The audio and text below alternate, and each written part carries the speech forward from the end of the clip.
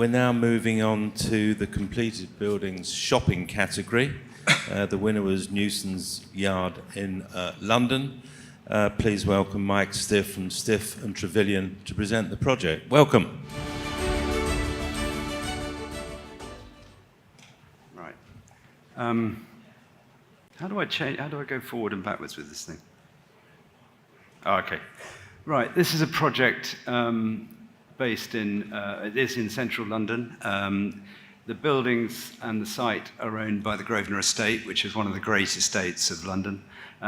We inherited it, or we won a competition. It already had a planning consent. And it's basically a mixed-use scheme. It's got residential and retail. I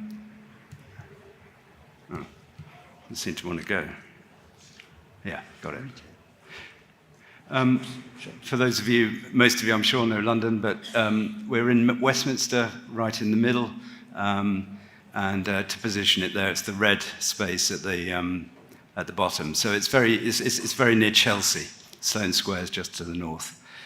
Interestingly, it sits in the middle of what is become called the Pimlico Design District. There's numerous interior retail shops and studios, and Newson's Yard sits right in the centre of it. It was originally a builder's yard. It was a timber yard built in the 19th century, roughly about 1850, and it continued in that use right up until the time we redeveloped it. It sits opposite a public space, which at weekends is animated by a farmer's market. So the buildings, as I say, timber yard, it burnt down at some point in the 19th century and was reconstructed. And this is how it looked when we inherited it. And obviously the most interesting thing about this is the central aisle, which is a top-lit glazed walkway, really, and the timber was stored on each side. You can see on the brick piers the numbers that they were used for measuring timber in feet. So it's very discreet. You can just see on the right-hand side there, Travis Perkins, that's the entrance to the timber yard. And our site has two elements of street frontage and the aisle at the rear. This is probably the most important slide in many ways. Starting on the left, we've got the plan as we inherited it, the original building, as it were, where you can see the entrance on one side, the storage space for timber, and then the retail shops and residential facing the street. The central image is the planning consent that Grosvenor gained, which took them probably nearly 10 years. There was a lot of objections to this scheme because there's residential around it and very wealthy, well-connected neighbours who took it to judicial review. And anyway, they got the consent, and then they began to think that perhaps it wasn't quite right, so they put it out to competition, which we won. We basically looked at the brief and decided that there were some fundamental errors in this. One was that it had a large basement, which we found difficult to justify from a carbon point of view, and actually difficult to justify from a retail point of view. These are showrooms, they're not shops in the traditional sense, so they don't need storage.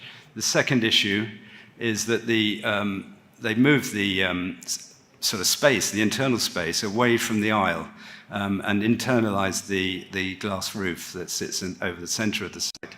And the third problem we identified was that it's a one-entry scheme, and people don't really like that. I think they like to be able to come in and get out of a building without feeling they have to go back through where they've just been. So we've basically turned it into a C-shaped arcade. This was a sketch I did for the design for the competition pitch, which sort of explains that idea. A three-dimensional view showing the relationship of the retail to the residential. There are 9 residential units which we replanned above the retail on Pimlico Road. So from our point of view, we obviously looked at London arcades, Burlington on the left. Clearly timber was an important factor, being a timber yard. And anything that we put in, we wanted to be lightweight and minimal. We used CLT slabs for the mezzanines, and obviously the brickwork of the original building. And so our material palette developed around that theme with use of brick, timber, tile, and CLT. This is the plan that we came up with. Basically, on the ground floor, there are 2 anchor units, one on each side. One is a kitchen showroom, plain English, and the other is Nina Campbell, who's quite a well-known interior designer. And then 5 smaller units centered around the top-lit aisle. The 2 top units have now been turned into a restaurant. When we took the photographs, that hadn't happened. We minimized the basement, which obviously was a big move in terms of carbon saving. And then as you go up the building, it's very simple. There's mezzanines above the ground floor units, and then the the residential begins to appear on the street side. And that goes up another floor. That's the existing short section, and what we've ended up doing. So you can see here the ramped access from Pimlico Road into the arcade, the timber mezzanine levels introduced to provide additional floor area, and then the residential sitting above the existing shops. A long section, we've animated one side of the arcade with a mezzanine, open mezzanine. That's now become a restaurant space, so people sit in that space overlooking the arcade below. That's an important point because we also planned this to be an event space. So as well as being retail, it can be used, say, for example, during London Design Week, it's used for big events. Details of the way we put the building together, we've used burnt timber, replaced existing timber where necessary, and repaired the brickwork. All the glazing is done in mild steel. Existing elevation with the entrance on the right, and the proposed with the 2 new entrances. So it's a very discrete scheme. And then details of that. All the usual things that you'd expect to see. We achieved BREEAM Excellent, and obviously wherever we could, we reused and reclaimed materials.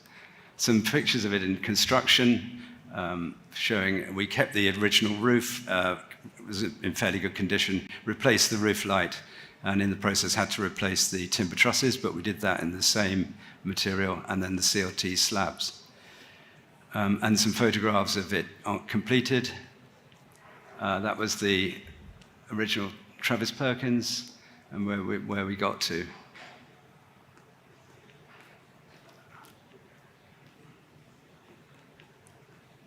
And that's looking back out to the street, and that's what we've ended up with. These photographs were taken just at completion, so a lot of the fitting out was still happening, but it's now fully let. The residential units are also retained by Grosvenor, and they're rented on long leases. And then the type of people who've gone in there, very much Pimlico Design Week, Nina Campbell up on the left, and other interior designers. Very nice 20th century Swedish furniture shop. And then this is it being used as an event space.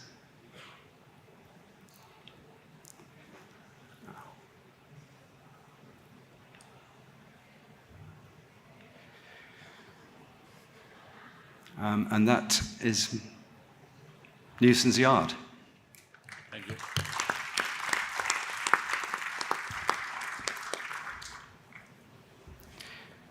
Thank you for this presentation, and it's a very sensitive project. I have one question about timber. I mean, how do you decide the color, the texture of the timber? I mean, was it the same with the existing one, or the new layer, I mean? Yes. Well, there's 2 different types of timber that we used as a cladding material. I think the thing that we've felt with this was that we knew that the retailers that go in there will be design shops. So we wanted to create an environment that didn't compete with what they do. So the idea of just sticking to black timber for the shop fronts was really to give it a kind of neutral backdrop to whatever they put in their display windows at first floor or on the ground. And then the other type of timber was actually a recycled timber that we bought from a demolished warehouse, and we use that for cladding the common areas. Okay. Thank you. Well, I just have a comment about. I like the approach of your gentle way to design this insert in the city. No, it's not. It's not a show off. You know, Yeah. It just makes sense, and I think this is also the right approach of take care about our city. No, it's not always to make a change, but Yeah. maybe adapting. No, and I quite like the sensibility. Also, I suppose there would be kind of artisan work for the wood constructions, and they take time. And I just wonder how long it's taken to make all the renovation. Well, the project was probably on site for just over a year, probably 15 months. Okay. It was quite a long project, actually. It's complicated. Yeah, And obviously in that type of building, you uncover things that you don't expect. But we were very fortunate to have a very good contractor who cared and delivered it, pretty much on time. Yeah, and I like that you're not using full glass everywhere. You're like a kind of a contemporary glass shop place, and then the sensitivity of the place, using the wood and the natural colors. I think it was a very gentle project. Thank you. Thank you very much. Thank you. I kind of like the idea of the way you got the domesticity from the buildings in the street to the interior. And I think that continuity is a very, very good example of how to knit outdoor to come indoors. I got a question on how much of the work that was done on the housing element. Yeah. That there was fairly substantial work because the original, you can imagine the original sort of shop house pattern is that each shop had a staircase that went up to a flat above it. And these have become more lateral. So we actually put new staircases in and replanned the flats to be lateral flats rather than vertical flats. And obviously, the other factor was compliance with fire regulations and all the things that we have to do in the 21st century. So it was a pretty substantial rebuilding, really, I would say, of the residential And behind. did you thermally improve those residences? Yeah. The whole thing's been upgraded, and we provided some external amenity space for them on the backside, but looking over the roof of the arcade. Thank you. Thank you. I have nothing but a comment that it's a very sensitive and very beautiful, well-handled project. Congratulations. Thank you very much.